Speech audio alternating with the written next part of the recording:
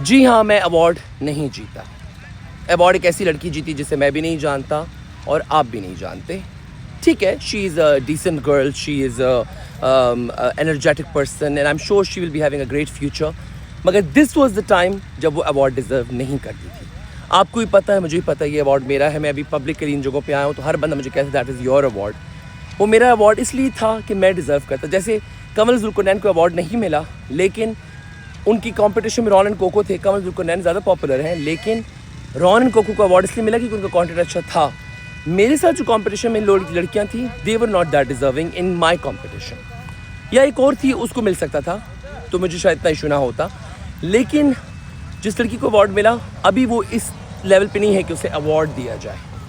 और लेकिन सिर्फ अवार्ड इस तरह से नहीं दिया जाता कि आप ज़बान ज़दाम हैं या आपने कोई लाखों का कंटेंट दिया हुआ है दुनिया में, लेकिन इसलिए भी दिया जाता है कि आपकी कैंपेन्स कैसी हैं, आपकी इंडस्ट्री में हार्ड वर्क क्या है। और जूरी ज़्यादातर वो हार्ड वर्क भी देखती है, तो वो भी एक रीज़न हो सकता है। तो उस पॉइंट ऑफ व्यू से ठीक है मे बी, बट मुझे लगता है कि यहाँ पे थोड़ी बहुत गलती हुई है डिसीजन लेते हुए, जजमेंट लेते हुए। ये अवार्ड मुझे मिल सकता था, मैं डिज़र्व करता था, मैं इसकी मेहनत भी बहुत की थी, तो दिस वाज माय अवार्ड। बाकी overall lux experience was amazing. Unilever की टीम ने बहुत अच्छे तरीके से ट्रीट किया, इधर से लेके इधर तक हर बंदे को।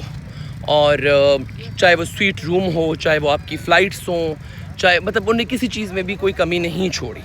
और मैनेजमेंट वाज अमेजिंग, मतलब highly impressive.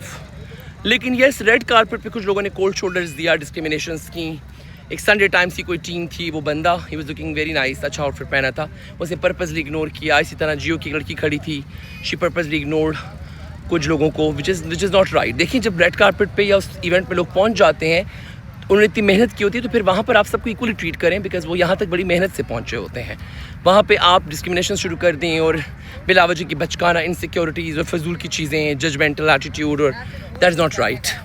Overall show was really good, management was amazing और बहुत अच्छे तरीके से सबने ऑर्गेनाइज़ किया।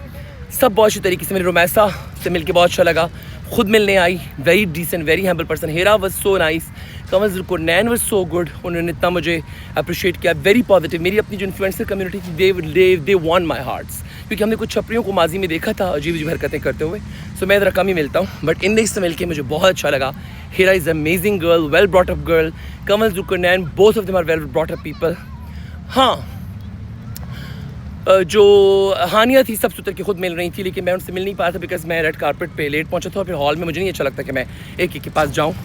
रेड कारपेट पे आपका आई टू आई इंटरेक्शन होता है, तो एवरीबडी नो ईच अदर, तो वो स्क्रीन पे तो देखते रहते हैं, तो मिल लेते हैं। हॉल में फिर किसी के पास जाके वो वाना बी टाइप लगता है, वो लगता है जैसे आप उसको अपॉर्चुनिटी को ग्रैब करना चाहते। वहाँ पे थे कुछ वाना बीस जो उनसे मिल के वीडियोज़ बना कर they just wanted to get the attention. मुझे नहीं अच्छा लगता किसी को यूज़ करना है एक एजेंडा के तहत कि हाँ भाई इसका वीडियो बना लेंगे। नो, जितने लोगों के साथ मेरी वीडियोज़ आई हैं या मिला हूँ, वो नेचुरली ऑर्गेनिकली मिल गए, रिकॉर्ड में आ गए, कैमरा में आ गए। अदरवाइज किसी के पास पर्पसली जाकर just to get the attention, to tell the people in the public, oh my god I was standing with her and I was showing कि ये तुम्हारी बड़ी अच्छी फ्रेंड है। No, it's fake. नेचुरली कोई आपसे ऑर्गेनिकली मिले, आप उनके साथ वीडियो बनाएं और वो अपलोड हो तो नेचुरल लगता है।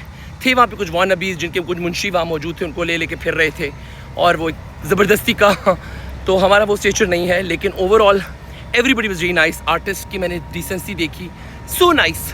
हाँ, एक लड़की के साथ मेरा बुरा, वालेकुम अस्सलाम जी, क्या हाल है? तस्वीर सर। हाँ ले लें प्लीज़ यार, ये बनाना है, आप ही ले लें, आप वो ज़रा बिजी है तो वो जो है।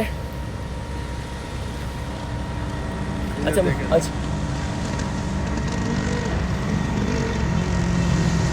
डन, ये ज़रा दोबारा ले लें, बड़े गलत पोज में हमने लिए।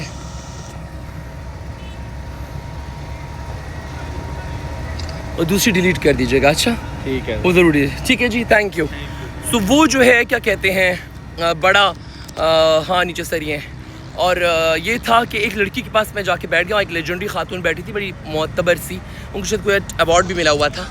तो मैं मुझे मेरी उस टीम ने आकर उस 7 वाली कुर्सी पे बिठा दिया और वो मेरे मैनेजर ने कहा सर यहाँ बैठ जाओ, उन्होंने बोला है, लेकिन वो मेरी कुर्सी 7 पे थी। तो लड़की मुझे कहती है व्हाट, हाँ कौन तुम, कौन, वाई, जैसे पता है मेरे को बहुत रॉयल्टी है, पता नहीं क्या हो तुम। मैंने कहा तुम मुझे भी जानती नहीं बीबी, मैं मुंह चपेड़ मार के तुम्हारा हाथ मुंह में तोड़ के हाथ पे दे देता। मैंने वहाँ पे तमीज़ का मुजाहरा किया, मैं कहा रिलैक्स। फिर मेरा मैनेजर गया और उससे कहा सर आपकी सीट ये वाली है, मैं अपनी सीट पे फिर चला गया। तो वो इतनी ओवर एक्टिंग, वो फेक, तुम मतलब please give me huge break. If you will come to know my standard तो अपने इस नंगेपन पे तुम्हें हंसी आएगी। बट एनी हाउ ये एक दो छोटे से जैसे रेड कार्पेट पे एक दो लोगों के नखरे मैंने देखे। और लेकिन HSY, I met HSY, amazing person, legend. Fahad Hussain, I met him, he is amazing. और जितने लोगों से मेरी मुलाकात हुई, रुमैसा, अमार खान, हिरा फैसल, कमल, सबके साथ जिनसे मेरी मुलाकात हुई, everybody was amazing. So hopefully next time फिर हम अवार्ड जीत जाएं, अल्लाह करे। लेकिन इस दफ़ा ये मेरा अवार्ड था जो मुझे मिल सकता था, मुझे नहीं मिला। इसका मुझे बेहद दुख है।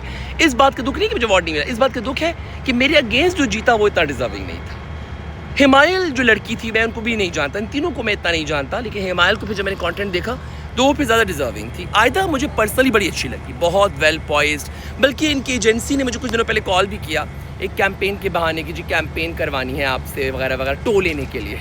वो मुझे उस वक्त समझ आ गई सारी की सारी बात। तो I don't know what's the story, क्योंकि एजेंसीज़ का ये होता है कि वो ऑर्गेनाइजेशंस के साथ उनकी एक पूरी अटैचमेंट होती है और वो अपना रोल प्ले करते हैं और एक दूसरे को इंडस्ट्री की हार्ड वर्क और कैंपेन्स भी देखी होती हैं, सब चीज़ें। तो मे बी उस बेस पे भी ये चीज़ें मैटर करती हैं।